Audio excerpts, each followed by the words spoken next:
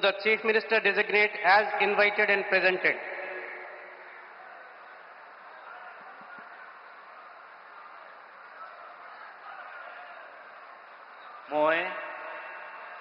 মই শ্ৰী হিমন্ত বিশ্ব শৰ্মা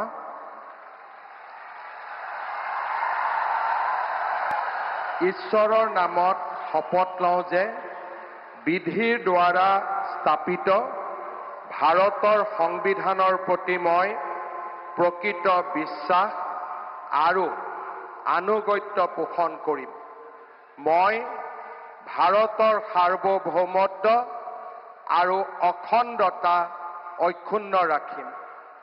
মই অসমৰ মুখ্যমন্ত্ৰী হিচাপে মোৰ কৰ্তব্য বিশ্বস্ততাৰে আৰু শুদ্ধ অন্তঃকৰণেৰে সম্পাদন কৰিম আৰু মই ভয় বা পক্ষপাত অনুৰাগ বা বিদ্বেষ নোহোৱাকৈ সংবিধান আৰু আইন অনুসাৰে সকলো শ্ৰেণীৰ লোকৰ প্ৰতি ন্যায় আচৰণ কৰিম।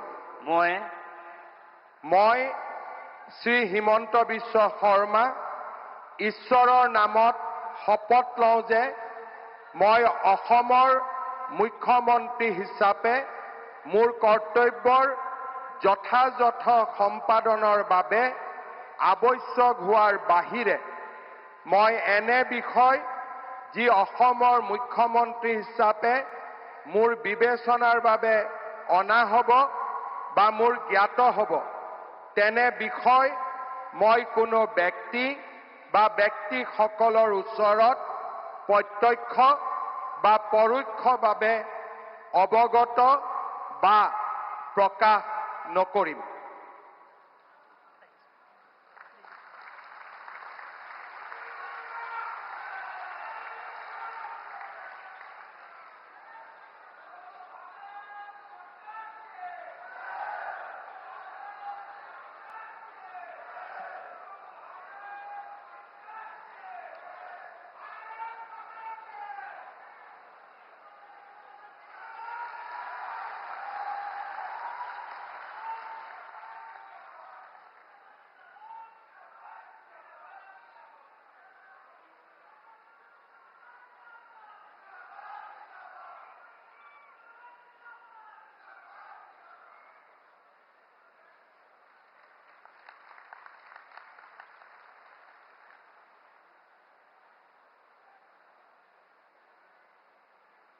Sir, the ministers designate are present to take the oaths of office and secrecy.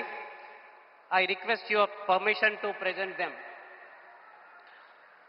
The ministers designate shall now be invited to the dais one by one to take the oaths of the office and of secrecy as Minister for the State of Assam.